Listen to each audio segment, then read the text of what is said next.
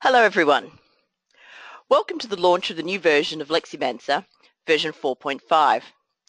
My name is Sue York and I'm joined today by the creator of Leximancer and Chief Scientist, Dr. Andrew Smith. Hello Andrew. Hi Sue. The aim of this session is to showcase the new features in Leximancer version 4.5. We know you already value Leximancer and its capacity to help you find meaning in text-based and unstructured data. So we're going to start this session by walking you through the new features and the changes. And after we walk through those changes, it's your turn to ask any questions that you like. So how do you ask a question? What we need you to do is type that question into the GoToWebinar question box. Type in the question as soon as you think of it. You don't need to wait till we get to the end of the presentation. That way you'll be sure that your question gets answered. So when you open the new version of Leximancer, the first thing you'll notice is the clean interface and the two buttons to get you started and link you straight to the user guide or manual. Clicking on the Getting Started button launches a short slideshow that walks you through how to start and run a Leximancer project. Selecting the user guide icon opens a copy of the manual, and this manual is now going to be stored online rather than locally, so you'll always have access to the latest user guide.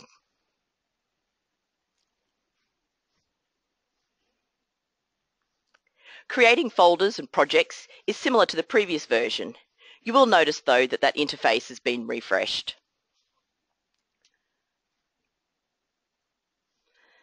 The first major change you'll see is that the previous project control interface has been changed so that the interface is now designed around the process of building a model.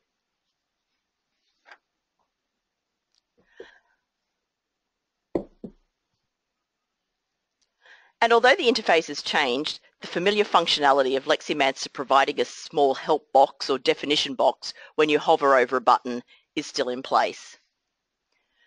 So now we'll walk you through building a model. The first step is to select the documents that you're going to analyze. And although this is done in much the same way as the current version, you'll find that the new interface looks a little more contemporary. You'll also notice that after you've selected the documents, the Select Documents icon changes color. This is Leximancer's way of helping you and walking you through the model building process. And you'll see that the icons that you need to access when you want to change Leximancer's default settings sit below the main model building icons. If you click on the text process settings, a box will appear so that you can change those settings. And again here, you can see the hover over feature providing you with assistance. As we continue the model building, you'll see that the icons change color as we progress through the model building stages. And when we finish building our model, all of the icons are green, and we can access the concept map on the right-hand side of the page by clicking the blue concept map icon. On this slide, you can see the concept map and the tab panel together. But first, let's zoom in on the concept map. So the key changes that you'll notice when you look at the concept map page are the revised icons along the top, and you'll also notice that the visible concept slider now defaults to 33% rather than 50%. The key changes to the icons make them visually more contemporary, but there's a few changes that you might like to note. The Reset Map icon has now changed to a more familiar icon.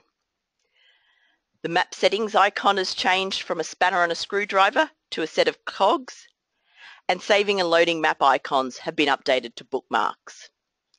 Now, there's another change that you'll notice when you click on the map settings icon, and this is one that's really been put into place based on user feedback. When you click on the map settings icon, you'll see that the show theme names are now selected by default. So for many users, one of the first steps when they've been looking at a concept map has to go into the concept map settings and tick that box so the theme names are visible. So by default, those theme names will now appear. So if we now turn our focus to the tab section to the right of the concept map, or what some of you might think of as the more quantitative section, you'll notice one of the exciting changes in the new version of Leximancer is that the theme functionality has been changed to try and help the analyst and enable rapid understanding of large amounts of information. We'll talk you through the thinking behind that change right after this, but I just want to show you one more feature first. You'll notice the spreadsheet CSV export hyperlink. Now this links you to an export, which we'll also look at after we go through the Analyst Synopsis in more detail. So now we're going to look at the Analyst Synopsis in a live version of Leximancer, and I'll ask Andrew to join us so he can talk us through this change. So welcome, Andrew. Can you give our audience perhaps some insight into the thinking behind the Analyst Synopsis? Well, hi, Sue. Yes, thanks. So with Leximancer, I guess what I tried to do from the outset was create what they call a funnel.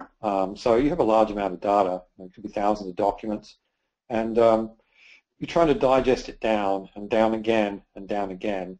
And at the end, perhaps you'd like 3 slides to summarize the content of thousands of documents, or perhaps it's a one-pager that you're writing. It's a classic analyst task. It's one that the intelligence agencies use all the time, and business analysts, policy analysts, and any student or researcher doing a literature review is also faced with the same task. And it can be a very onerous task to have to read through 1,000 documents and understand them, synthesize them in your mind, and then write a short brief. And we're trying to make that task easier, certainly not replacing the human, but trying to complement the human. The machine does what the machine is good at, so that the person, the analyst, can do what they're good at. And so we've tried to take it a step further now. The concept map, I think, is a great synopsis of a set of data, and it preserves a lot of the complexity, and the grey lines show the narratives, the motifs between the concepts. The themes show semantic categories, and you can see overlap between them. But for a lot of people, that can be a complex task to understand that, because you really have to go and audit that. You have to go and understand what each path and what each theme bubble, what they mean with reference to the data. You do have to look at the data.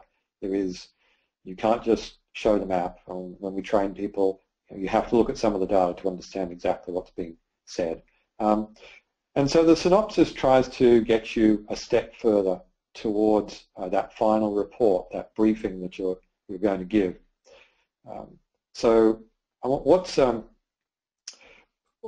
we focus on there is having a small number of things that you need to understand. In this case, a small number of themes. Because understanding 60 concepts or understanding a concept network, it can be a demanding task cognitively. So, but we've got the themes, and in this case, the one on screen has just 5 themes. So it's manageable. It's 5 items to understand. We show a little bar chart there of their prevalence in the data, and beneath that we show, okay, so the first theme happens to be pipework in this case.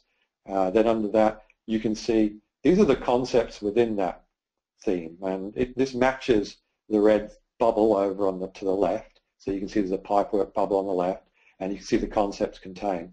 So they align, but this is more quantitative, and I think it's much simpler to understand that there is a theme called pipework, and if I wanted to describe it very quickly, I could think, okay, let's look at the list of concepts. We have pipework, we have LPG tank, we have pipe, gas, pressure test, building, ground, valve, basement, and so on. So it's almost telling a little story by itself, that list of concepts. Under there it tells you there's a lot of support. There's around 7,000 hits in the text. And then beneath that you can see the top 5.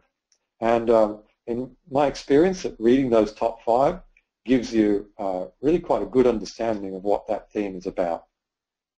And then, of course, you can rinse and repeat. You can go to the next theme, which in this case is paragraph, and then assessment and so forth.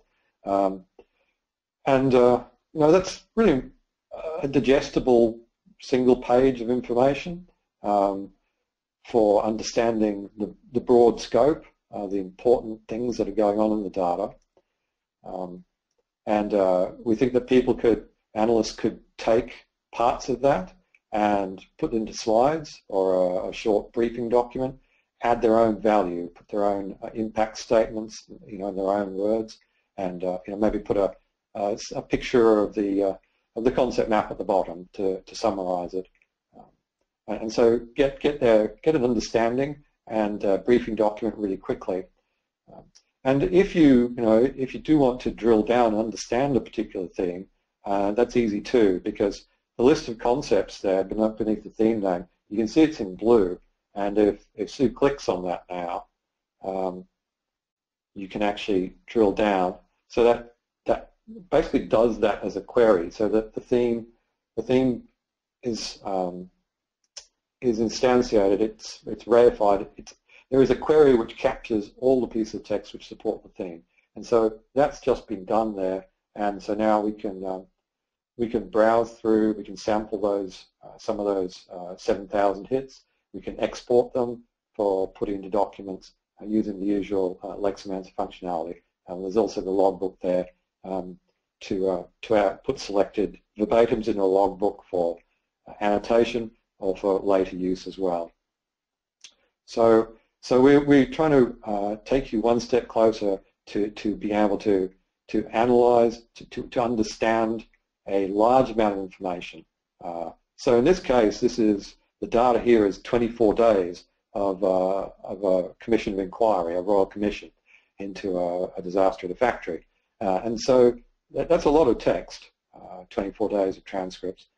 And you can quickly get an understanding of this. You also get some insights. I mean, it struck me on this map that, we have on one half of it, I've got pipework, a floor, and I can see the building and basement. So the pipework theme, the floor theme, they're talking about the real world. And then at the other end of the spectrum, we have a letter and paragraph theme. They're talking about the legal process. So that's talking about process, law, the way the inquiry is run. And then in the middle there, just looking at the map, I can see there's an assessment theme. And for me, that was, I got a light bulb moment looking at that, because it tells a bit of a story, just that we have the legal constructs, the legal system that humans create, which in a sense is trying to bring order to the chaotic world of reality. And how does it impose that order, or try to impose that order? Well, in this case, it's by assessments and inspections, safety visits. So that structure on the map and the themes that correspond to that, they do tell a high-level story in their own right, which I found was interesting. So yeah, we've tried to move you one step closer to being able to easily extract knowledge, a brief statement of knowledge from a large amount of information. Yes, this is not the same data. This is actually a survey, computer IT survey at a university actually. And I should emphasize that what we're doing with that Analyst Synopsis, we're certainly aware that a lot of value is got from Leximancer looking at surveys, and that of course is not going to change. But with this, we're trying to expand the utility of it into unstructured document collections, such as literature reviews or intelligence analysis tasks. And this export is, as you can see, well, perhaps you can't, but we don't have to dwell on it. It contains the theme name of the column, how many hits in the text. There's a hit text, that has a full text. It's actually, we're not showing the full field there, but that has the full text of the response. And you can see the color of the theme on the map. You can also see that concepts column has the full list of concepts, so you can read off the story. And the final column actually contains the query that can be put into Leximancer query engine to get all the hits for that theme. And one of the things, so obviously this is designed for use in things like Excel, and I'll show you an example of that shortly, but also you could use it in dashboard and charting packages such as Tableau to drive an interface which you could share, put on the website. And if the interface is a little bit smart, you can use that last column to generate queries and push them into the Leximancer query engine, so they could easily drill right down to all the text hits behind each theme. So that's kind of the raw spreadsheet. And if we go on to the next slide, I just quickly whipped up a pivot table using that, which isn't too bad. We've got a pie chart showing the prevalence of each theme in the data. There's a block for each theme. Under that, you can see the concepts within the theme, telling that little story, like a little abstract for it, and then the link count and the 5 top hits for that. And so, in a little bit more, page and a half, you can get a very simple primer for what's in the data. Okay, Sue. Okay, so up until now, mostly the changes we've been walking you through are the ones that you're going to notice when you sit down to use Leximancer, the things you can see. But there's actually a lot of changes that are happening in the behind-the-scenes technical side of how Leximancer works, and we haven't talked about those. So we'll run through those relatively quickly now. But I think it's fair to say there's quite a few technical changes that will help you process your files a lot faster and more efficiently and more accurately. So Andrew, one of those changes is that we've got new and updated text extractors for some of the key documents that people use in Leximancer. Yes, that's right, Sue. We back in the day we did use the best ones around, the best helper applications to extract text from PDF and doc and HTML. I mean, HTML is fairly straightforward, but docx did cause problems because docx files can get really, really complex when you look at them in the back end. So now that a better library of text extractors has become available, we've rolled that in. So you should particularly notice an improved extraction of text from PDF files and docx files.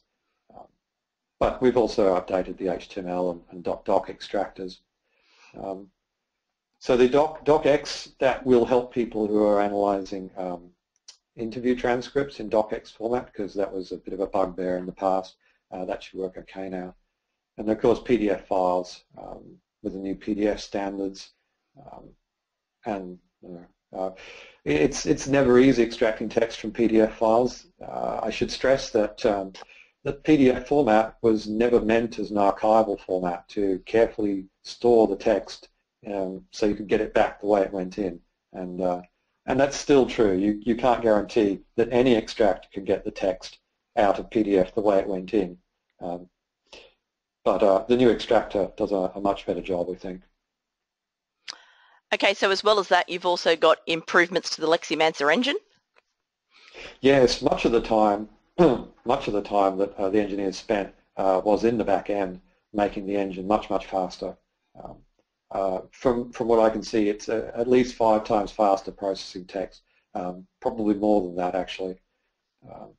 So yeah, a lot of work gone into that. And we've also rolled Java into the bundle so that when you install, it installs Java for you as well. So you don't have to worry so much about system upgrades or desktop support people rearranging your computer and breaking Java support. So that should make it a lot easier to install and maintain the software on your system. Yeah, supported platforms, Windows 7, 8, and 10 there.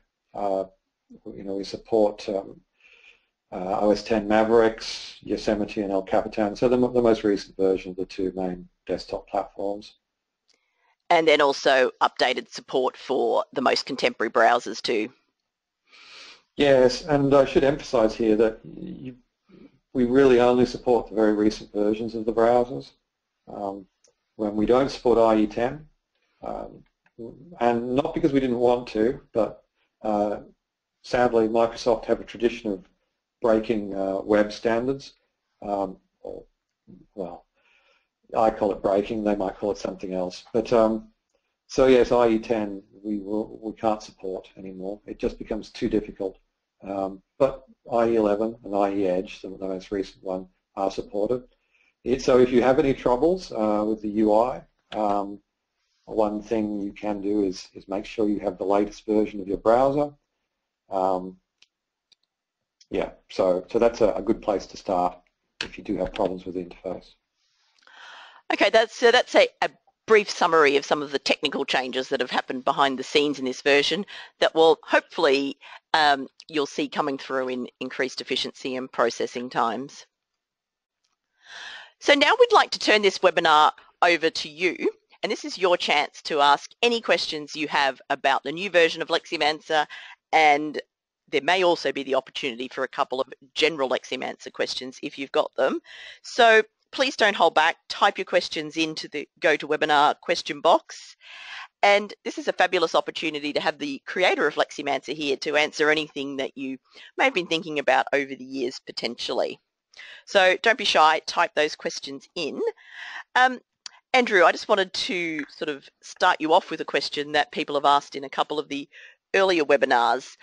For current users of Leximancer, how are they going to find that transition from version 4 to 4.5 in terms of existing projects, or perhaps even projects in progress?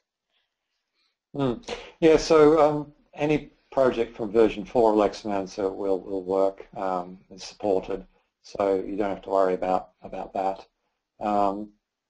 Version 3, any version 3, that may not be supported. Version 3 is very old now, so we haven't supported version 3 for quite a while. But version 4 projects will work seamlessly. Yes, even if you're halfway through processing one. So yeah, that's fine. Okay, fantastic. And we've got another question about the API for integrating Leximancer into other products. Is that something that's continuing in this new version? Well, Leximancer, the Lex server does have an API. It's REST, follows the REST standard that almost every internet service supports these days for how client programs and client applications talk to the Leximancer server. I should say that the licenses we sell do not include the rights to use the REST API. It doesn't mean we wouldn't consider if someone does have a compelling case for using the REST API. Yeah. Okay, thanks, Andrew.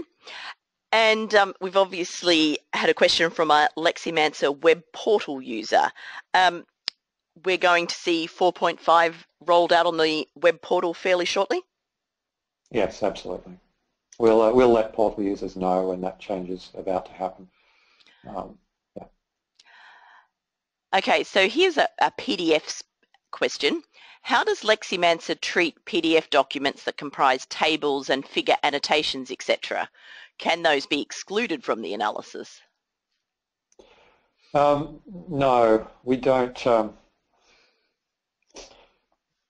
mean, it would be nice to be able to write parsers to parse different types of text, but it's not really feasible because there's, I would suggest, an infinite ways that documents can be structured if and when they are structured.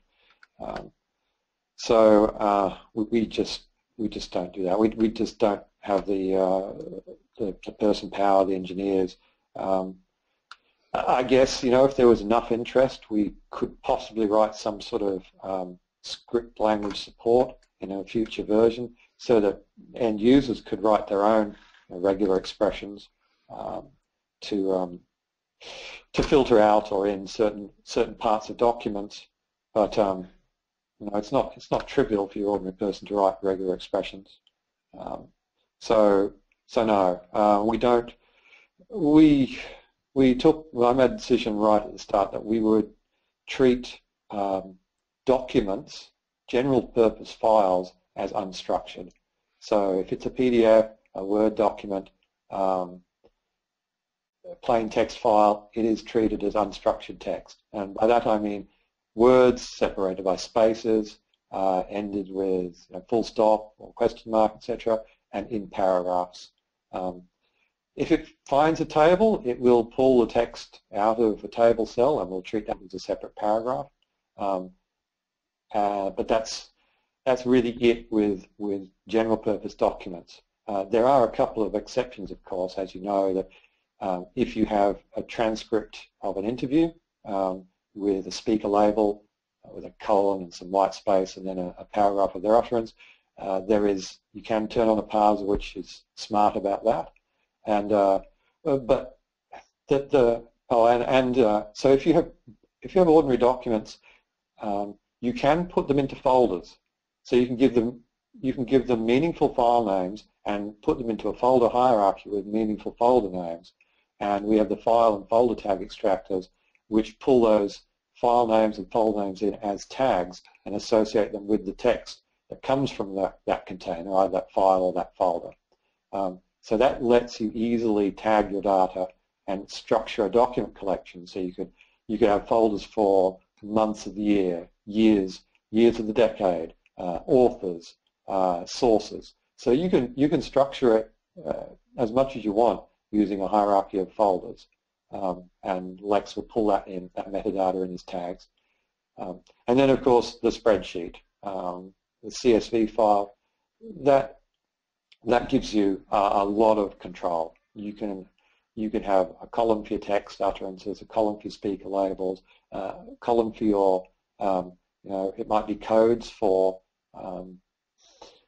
non-verbal conversation strategies, such as laughing or sitting back or leaning forward. So you can add codes. You can add codes for gender. You can do a lot of coding in a CSV format by adding columns, and as long as they're category codes, Lex will bring them in, and you can look at thematic correlations. You can do the whole data mining experience. So CSV is a really good format for combining structured and unstructured data. So I guess that's the strategy we took. Rather than creating an infinite number of parsers for different document structures, we tried to create some general purpose ways for organizing and marshalling and adding structured data to your text. We can support those, whereas supporting an infinite number of text parsers, we can't really support that. Thanks, Andrew. We've got a question here about the colour schemes on the map. Is or will there be the option to choose from different or define default colour schemes for the map so that little to no post-processing work on the visuals is necessary? Yeah, look, I think it's possible. I think it's quite possible, probably likely for version, let's say 5. We have been thinking about 5, and that certainly would be a good thing to have.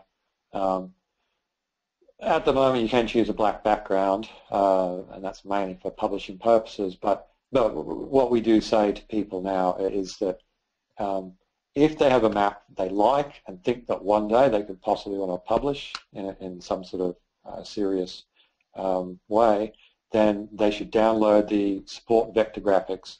So where you can take a snapshot, export an image of the map, one of those options is called SVG, support vector graphics, and you should export that if the map.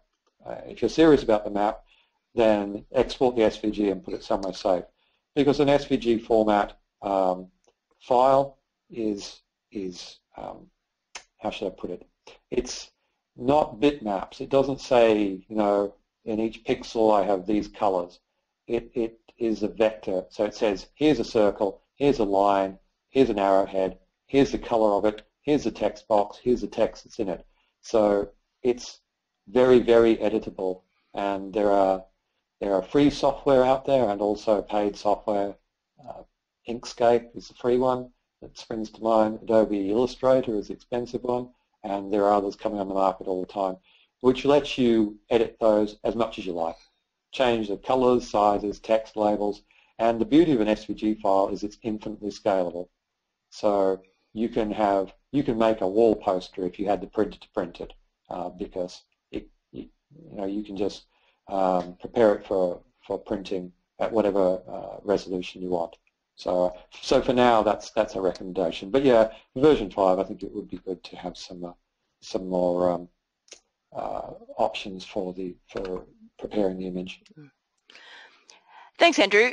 We've got a question here from a current user. It might be a tiny bit technical for this webinar, but I'll just read it out. We can probably give perhaps a shortish answer to kind of provide some guidance. When comparing two different sets of documents and how they treat two different concepts, in one there is a direct relationship and in the other there's an indirect relationship. Could you provide some guidance on how to interpret this situation? How to interpret it?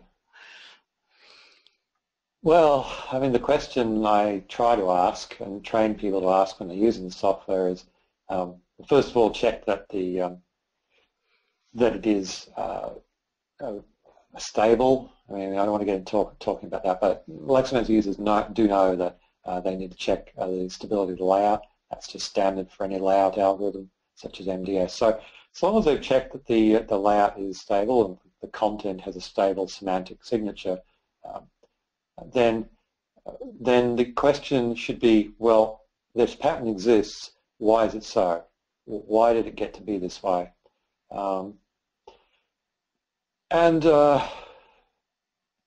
So there are two levels of analysis in Leximancer. You can look at the symbolic level, the map, and see, well, what concepts are in the neighborhood of each of those others. So if I have, let's say, concept A and concept B that are my two ones of interest, what's in the neighborhood of A, what's directly connected to it, what's directly connected to B, what theme bubbles are they in, and then that relationship, where it's direct, perhaps drill down into those text segments to understand how that narrative, how that story is being framed. What is that direction characterized by? And the indirect, well, what are the mediating concepts? What connects them? Are they connected by concepts which are close together in themselves, or are there two widely separate senses, like two different pathways between them, two different meanings? It's hard to tell in a vacuum because it's data-driven, and I don't know the research context. Indirection is the soul of semantics. It's very human cognition is heavily geared towards considering indirect connections very similar to direct connections. As an example, if I were to say, is lettuce healthy, people would probably say yes. Now, they may never have heard a direct connection made between lettuce and healthy, but they know that lettuce is a salad, and they know that salad is healthy. So we are very adept at just conflating those and saying, well, okay, let's just join the dots there and say that, well, lettuce is healthy. So a lot of the time we don't even notice we're doing it. Anyway, they're just some musings. It's probably a question that I have to think about a little bit more. And possibly one you'd like to see the data on. Anyway, we've had an answer that this helps. Thanks a lot. So okay. Mission accomplished. We've actually now got a question about the new bookmark. Well, the bookmarks have the new icon, but a question about the features. And they're asking to point out the new save function and the bookmarks. Does this mean that one can capture or freeze an infinite number of settings that will affect the map, and will Leximancer allow me to switch between them quickly in session? So what the save does, and it was there in previous versions, it just looked, well, we've called it a bookmark now, because save sounded like it might be trying to do is to save a screenshot, and it didn't. That was, so now that's the exporting screenshot, and that's different. Saving lets you save the layout of the map. So if you have a layout of the map, a visual layout in the concept map display that you like, you've blown it up a bit, you might have changed the theme name cosmetically using the right mouse button. You might have rescaled it, zoomed it, something. That lets you, and you change the theme size, yeah, and the number of visible themes. If you then save a bookmark to that, then you can give that a name, and that stores that picture, that image of the map, as a vector form actually. And so yes, you can go back and reload that view into the concept map viewer. And yes, you can have multiple of those. I should say though that that it's a shallow thing. It saves the layout of the map, but if you go back to the main control interface and swap out some concepts, choose some new data, then you can come back into the map viewer, and I haven't tested this in a while, but you should be able to bring back the picture of the map, but don't expect that when you click on the concepts that the stuff on the right-hand side will work properly, because if the concepts have disappeared, it won't be able to find the relationship between them or the texts between them. So it is just the view of the map.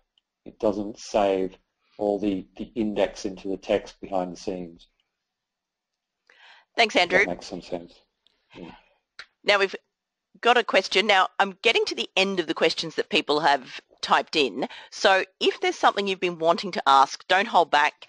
Type it in now, and because this next question could be the last one unless somebody types something in. So there's an opportunity for you. Now we've also had asked what is probably the most obvious question, and it's, when is the new version coming out? So I might answer that unless Andrew wants to chip in. The software is officially launched yesterday. Obviously different people have different license agreements, different arrangements and things like that. So Leximancer is planning to get in touch with people to let them know what the transition arrangements are. In some follow-up slides after this, I'm going to have some contact details for Leximancer. So if you're very keen to get onto the new version, straight away, and perhaps not wait till you're contacted, if you contacted Leximancer directly, I'm sure they would prioritize your query about when you could get the new version. So that does look like we've covered all of the questions in this session. So thanks very much for asking those questions, and thanks to Andrew for answering them so well. There's just a few final slides I'd like to run through, and then we've got somebody snuck in with one last question, and they ask, can there be a test period for the new version? Well, so we will continue the trial program. Actually, I think we're hoping in the next month to automate trial applications so you can test it. So for new users, yes, they'll be able to trial it. For existing users, I hadn't really thought of that. I guess there's no reason, so we might get back to you on that one. See if there's any problems with letting existing users trial the new version, if that's what the question was about. I think that's the question. And yes, they've said yes, please. All right. I don't make those decisions. We have the usual managers to do that, so I'll talk to them about it. Yep, and I can see that you've typed your email address in now, so we'll pass that on to somebody to get in touch with you. Okay. Okay, so I'm not sure whether you will have noticed, but recently Leximancer's been starting to get more involved again with social media. So if you'd like to keep up to date with Leximancer news, you could start by following Leximancer on Twitter, and their Twitter handle is @Leximancer. Also feel free to get involved in the conversation. You can use #Leximancer. Perhaps you might get a paper published or have some news about your use of Leximancer. Please feel free to share it via the social media channels, or alternatively, if you'd like to email somebody at Leximancer and let them know that perhaps you've had a success getting a paper published, we'd be very happy to help you get the word out and get you some more publicity around that. And Leximancer has very recently started a LinkedIn presence. So the link is on the screen there for LinkedIn, but if you are logged into LinkedIn, go to that search box up the top and just type in Leximancer. You'll find the company very easily by their distinctive logo. So if you like keeping up to date with Leximancer news and you're interested in social media, there are 2 channels that you can follow Leximancer on going forward. If today's highlighted that perhaps you would like to have some Leximancer training, the Institute for Social Science Research at the University of Queensland offers a range of Leximancer courses. If you'd like to find out what those options are, you could visit the Leximancer site. They've got a training tab and that will give you some details. You could visit the ISSR website, but that might be a slightly long link to remember, or if you Googled emphasis. So there's lots of ways you can access training. We offer public courses at our campus in Brisbane, so you might just like to sign up for yourself. If you've got a group of people perhaps at your institution who are looking for training, for the right size group, we're very happy to travel to different places and give you Leximancer training. And if perhaps you're listening to us remotely, perhaps you're overseas and travel isn't an option, we can offer support and training via webinar. So that might be something else to think about. If you need to contact Leximancer, you can visit their website. That's at info.leximancer.com, or alternatively, you could probably just Google Leximancer. And if you have any of those product or sales inquiries that we've been talking about today, if you email contact@leximancer.com, somebody there will be able to respond to your query. So thank you very much for joining us today. We've been very pleased to have you visit us and to show you the new features in Leximancer version 4.5. And thanks for asking as many questions as you did. So Andrew, thank you very much for coming along and helping out with the question and answer session. No worries. Thanks, Sue. And thank you to everyone for coming. It's a pleasure and a privilege to meet people who are interested in text and qualitative data. It's been an obsession of mine for years. I love the idea of finding knowledge from all that unstructured information. And I think it's the only way that you find out the story, find out the narrative, and how to change things to make it to get actionable insights, rather than just wondering what a number might mean in your data. So yeah, thanks to everyone for coming along. Okay, thanks Andrew, thanks everyone, and bye for now. Hopefully we'll see you in the future on your Leximancer journey.